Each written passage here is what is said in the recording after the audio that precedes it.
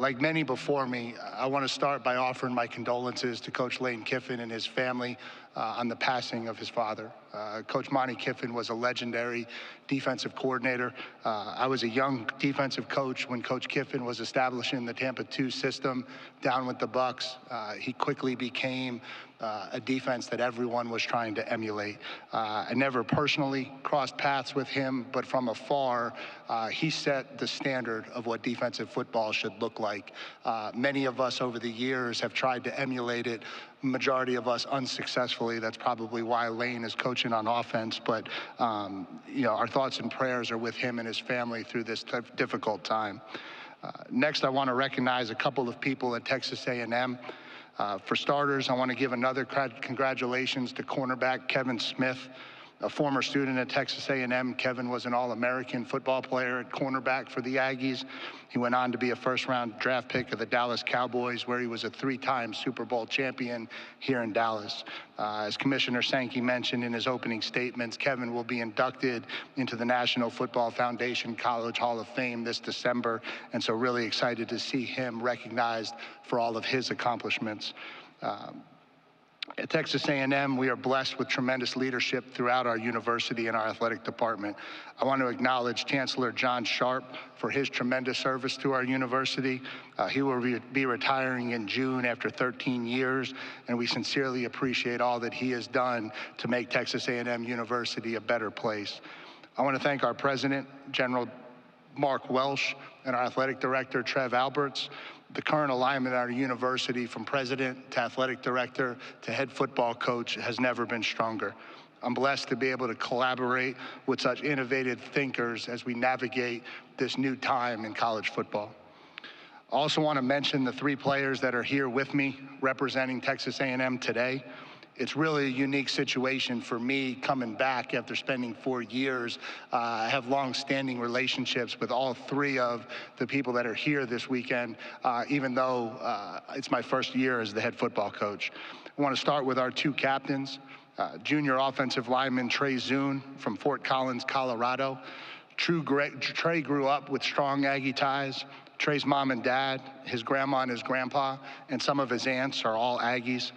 Trey is a finance major who will graduate this December with a 3.0 GPA. Trey started 13 games last year and has made 24 starts so far in his career at left tackle. An outstanding leader in our locker room, Trey has been successful both on and off the field at Texas A&M. I was here as the defensive coordinator when he started his career, and it's great to be back to watch him finish out his time in Aggieland. Our other captain is our sophomore linebacker, Torian York from Temple High School in Temple, Texas. Torian and I go back a really long way. I started recruiting him when I was the defensive coordinator at Texas A&M when he was a young prospect. When I transitioned over to Duke, he quickly became a priority for us on our recruiting board at Duke. After about 8 months of recruiting him to Duke, we finally convinced him, I thought, to come join us out in Durham. And at the last minute, he received an scholarship offer from Texas A&M and decided to stay in state and go there. Torian graduated top 10 in his class, not top 10%, top 10, with a 4.0 GPA, and is currently a sports management major who aspires to coach one day. I think now's the time to probably give him a formal offer because he's going to be a tremendous leader in this industry.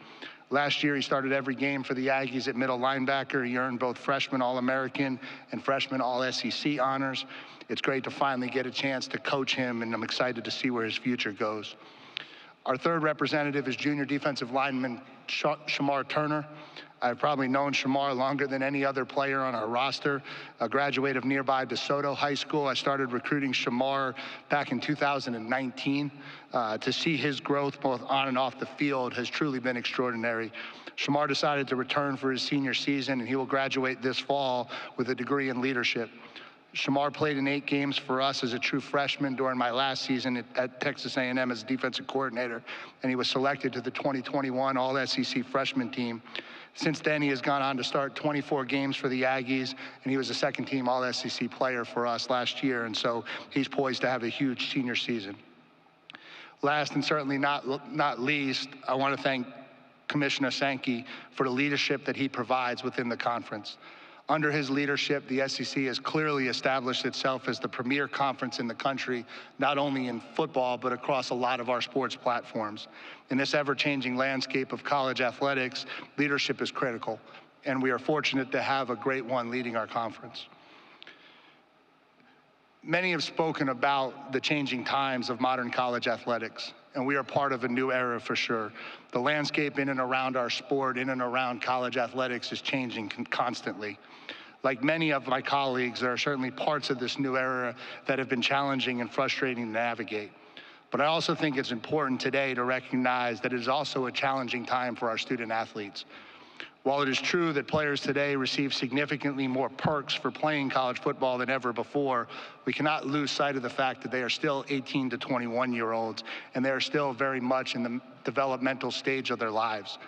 Mental health issues that are at an all-time high across the landscape of college football, the internal and external pressures that come along with this new model can be a lot for a young man to cope with. I think it's important now more than ever for us to remember that although the landscape has changed and some of the rules has changed, the overall mission is not. We are still in the business of developing young people. We are still in the business of developing them to become better people both on and off the field. Developing our players on the field to chase their NFL dreams is obviously critical to our success at Texas A&M, and we are fortunate to have the resources and facility to do that. But it's also important that we continue to enhance them off the field so that they are well prepared for what comes beyond the game. We want to take pride in pouring as many resources into that area of our program as we do the football, so that when our players leave our program, they are ready for whatever comes their way in life. It's an exciting time at Texas A&M. As we stand here 2 weeks from training camp, like many others, it's an exciting time to get ready to get back on the field. At my opening press conference, I stated that it was time for our program to stop talking about what we are capable of, to roll up our sleeves, go to work, and start to fulfill our potential. In the last 7 months, that is exactly what we have done. I'm proud of how quiet our offseason has been. I'm proud of how quickly our players have adapted to a new culture and a new way of attacking football. We have introduced 41 new scholarship football players into our program. Just under 50% of our roster has turned over. But it's been awesome to watch them intentionally go out of their way to come together, to bond, and to be ready to put together a tremendous product for Aggie fans to be proud of this fall. Make no mistake, there's still a lot of work to be done for us to truly become the best version of ourselves, but we are meeting that challenge head on, and I am excited about our progress. There has never been a better time to be a Texas A&M Aggie. We are excited to get started. Thanks and gig 'em, and I'll open it up for questions from there. Thank you, Coach Elko. If you have a question, please raise your hand. We'll get a microphone to you. Please state your name and affiliation. Daniel, Nolan, and KD will get a microphone to you. Daniel, we'll go right here in the center section. Coach, right here in the center section in front of my table. Randall Sweet, Sooners on SI. Obviously, you guys have already had to recruit against Oklahoma and Texas, but with those two schools now joining the SEC, how does that change that dynamic, and does it make it any more difficult for you? No, I don't think so. I think obviously there have been recruiting wars in this state between those three schools that have probably started before I was born. It certainly continued in my time here as the defensive coordinator, and I'm sure will continue into the foreseeable future. And so, those three brands hold a lot of weight in this state. There's no doubt about it. I think obviously that's the group that you're consistently recruiting against, and the people that win those battles more frequently are going to be the teams that have the most success. Coach, we'll go straight in front of us in the second row. Hey, good morning, Coach. Morning. Cody Clearman on Texas football. In the past, the glaring advantage that A&M had over in-state rival Texas in recruiting was that you were all in the SEC. But with that now gone, do you see it becoming more like in the history of recruiting, being some kids are Longhorn kids and some are Aggie kids? Why or why not? Would you disagree or agree with that? I don't know. I think each kid's got to go through their process and kind of figure out what the right fit for them is. I don't know that, a league gives you necessarily that leg up. I think, we've got to build a program that people want to be part of. And I think it's no secret that recruiting in the state of Texas is extremely competitive. I think it's not only us in Texas. I think it's also a lot of other programs now coming in here. You see that in this cycle that we've got to fend off. And I think, our focus isn't just on one school. I think our focus is on going out and identifying the kids that we think can help us win a national championship and trying to get them to Kyle Field and Texas A&M. And I don't think that is a one-on-one situation anymore. I think this has changed a lot, and I think there's a lot more schools involved in that now.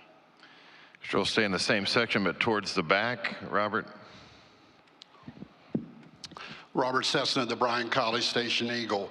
Mike, you often hear coaches reflect back on the problems they were able to overcome in year 1, year 2, and maybe even year 3 in building a program. Is there any way you can speed that process up in year 1, and do you already feel you're maybe ahead of the curve?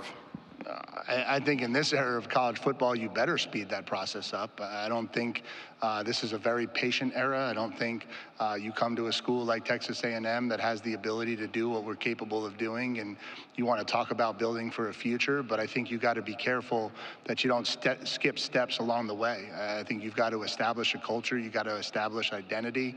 You got to establish a way that you want to play football. And, I'm excited because I think our kids have embraced that. I think they've bought into what we want to be about. They've embraced the direction we want to go. And I'm really, really happy with the progress we've made in my first 7 months on the job. And now we've got to go finish that and be successful this fall.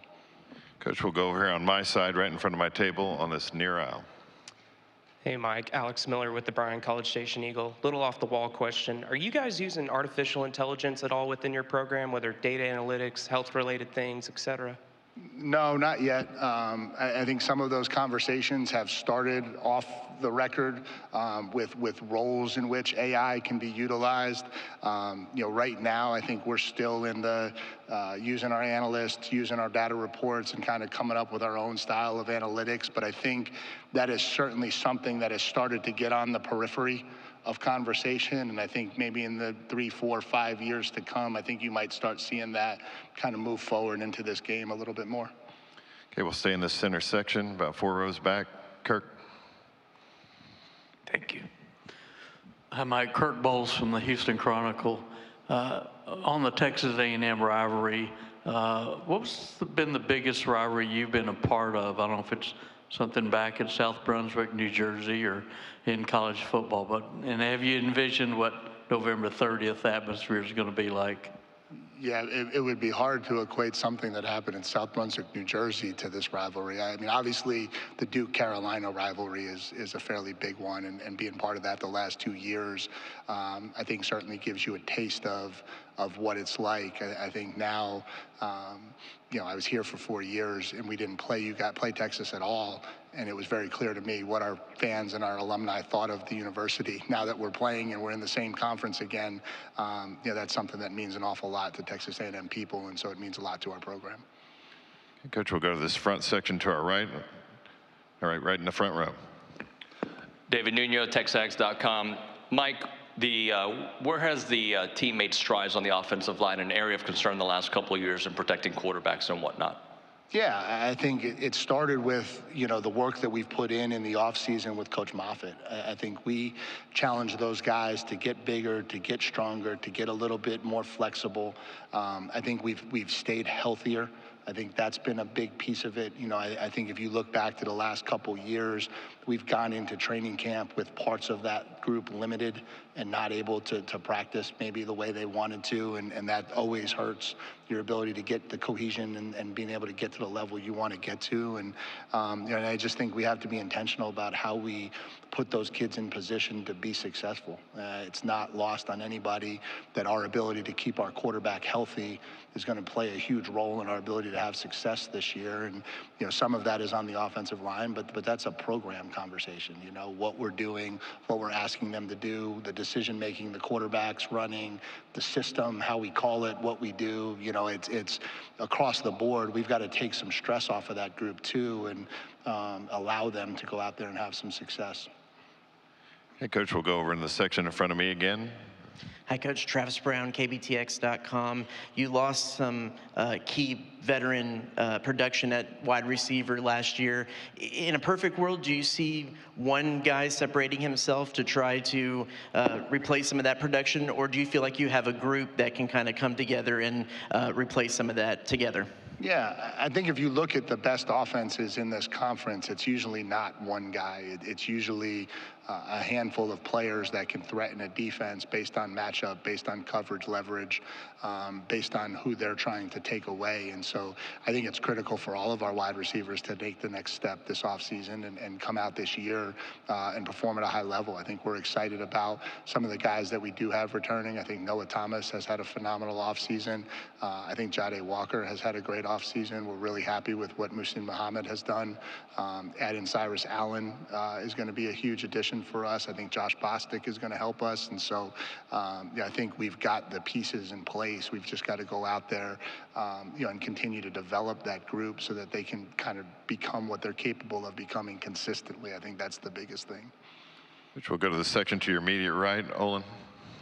Yeah, Olin Buchanan, TexAgs.com. Mike, can you talk about or tell us some of the thoughts that went into the move of Shamar Turner going from playing a lot outside on the defensive end to playing primarily inside?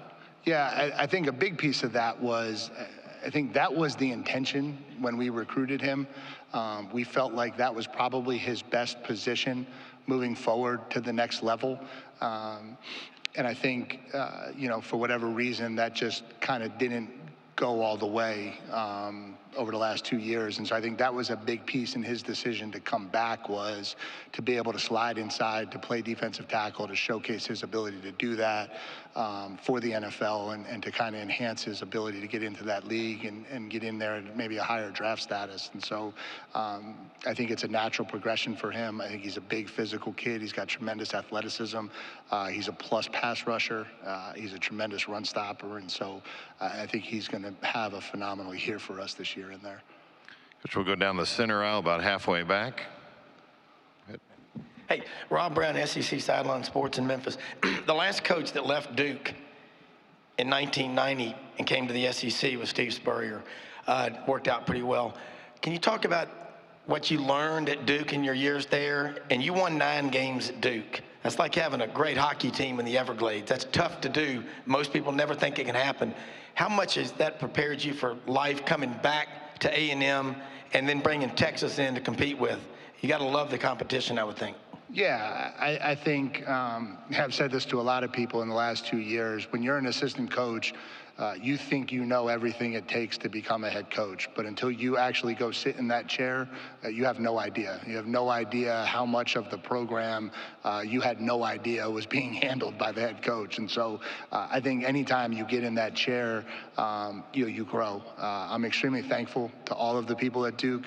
Athletic director Nina King gave me my opportunity to be a head football coach, and so I'm grateful for her and everything that she did for me there. I think we had tremendous football players in that program, maybe more so than people wanted to give us credit for, and so a lot of that was development, but a lot of that was thanks to David Cutcliffe and the job he did before we got there. But I think being in that chair is the only way to prepare to be in that chair. And certainly now coming back into this conference, the premier conference in the country, that got even stronger this year, certainly that experience is something you want to lean on as you try to build this program to become what we want to be at Texas A&M. Which will go right down here in front to your right. John Arona, Texas Sports Network. You were in Aggieland before, you left, and you're back. What are you looking forward to most about the culture of Aggieland?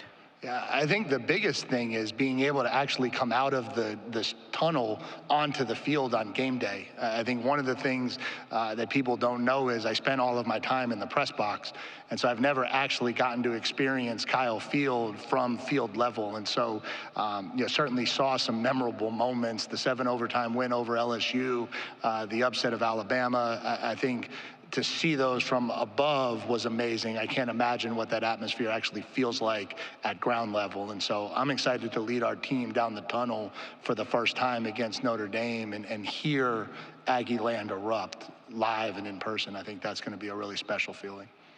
Coach, we'll go all the way back in the section straight in front of my podium, all the way back on the aisle. Coach, Luke White with the Battalion. You opened the season with Notre Dame. Do you like opening the season with an opponent of that caliber when it comes to preparing your team for what to expect the rest of the year? Yeah, I'm a football coach. I'd like to play no teams of that caliber, but I guess we have to. No, no, I think it goes both ways. I think the benefit of having a game like that in the opener is you have everyone's attention. I think our program is very much aware that we have to be firing on all cylinders the first time we run out of the tunnel. I think that's created urgency in our program that goes all the way back to January. I think when it got announced that College Game Day was coming to town, that even lit the fire even more. And so I think, you know, when you get into those dog days of training camp where kids start to drag and get tired, it's really easy to flash up there a logo of a big opener and get their attention back really quick. And so from that perspective, it's really good.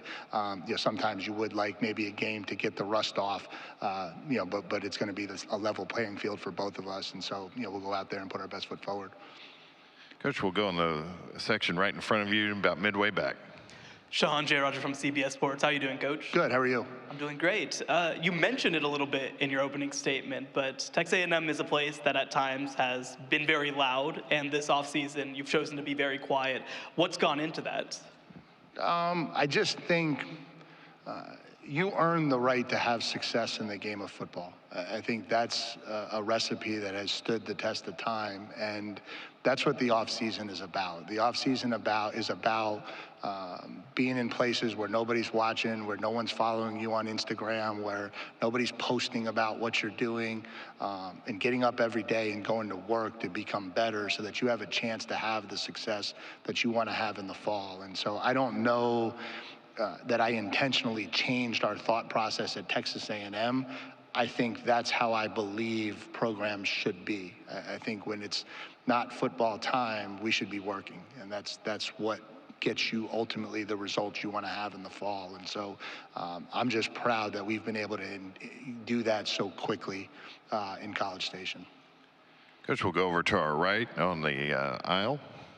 Hey, Coach. Steve Moulton, WZZN out of Huntsville, Alabama. You mentioned Tommy Moffitt earlier. So in this 7-month period, I was wondering what he has brought to your program and the relationship that you had with Tommy maybe before to hire him with the Aggies. Yeah, so it was interesting. You know, obviously the strength, you know, everyone always asks about offensive coordinator. I'm a defensive-minded head coach, and so you get hired and everyone wants to talk about who's the OC. But, you know, in truth, sometimes the most important hire you make is your strength and conditioning coach, because that guy spends so much time with your team. That guy establishes your toughness level. That guy establishes your culture. He establishes your discipline level. And so we took a lot of time to kind of research and make that hire. I had never met Coach Moffitt in my career. We had one of his assistants on our staff at Duke, and so I knew of him. When I dug into him and really started interviewing and talking to him, I was blown away by how modern he was. You know, when you have a guy who's had as much success as he has and has a resume as long as he does, 3 national championships for 3 different head coaches, you anticipate maybe there being a little bit of an old school thought process, and it was the exact opposite. He's extremely well read, he's modern, he's into sports science at the highest level, he's into training our kids at maximum efficiency, and those were the things that were really important to me. And so when I identified that here was a guy that had the amount of success that he had, but had kind of modified his program over the years to change with the times, it was a no-brainer for me to try to bring him into College Station. Okay, we'll go to the back of this section, all the way to the back, section to the right. Hey, Mike. Carter Carls, Geekum 247. There seems to be a wide range of opinions with Connor Wigman. Some people are projecting him to be a first-round pick next year. Other people might rank him in the middle of the conference in terms of quarterbacks. What do you think he needs to do to hit that ceiling that people have of that first-round pick ceiling? Yeah, I think he just needs to stay focused on the day-to-day of becoming a great quarterback. I think, you know, obviously he was playing at a high level through 6 games. Unfortunately, he had the injury in the Auburn game. He was two as a true freshman, 4 last year. He got the injury in the Auburn game, and you know, the rehab for that was long and tiresome. And now he's back, he's healthy, he's moving around the way he wants to. I just think he needs to take the next step, and it's his 3rd year of college football, but he's only played 6 games. And so he's got to pack experience into his brain that he's got to earn off the field. And so yeah, I think that's going to be critical for him as we move forward. But we have time for one final question over to my left on the aisle. I'm sorry, it was the Moffitt question. It already got answered. Oh, good. All right, I think any other questions? Got one up here. If we'll get to Barry.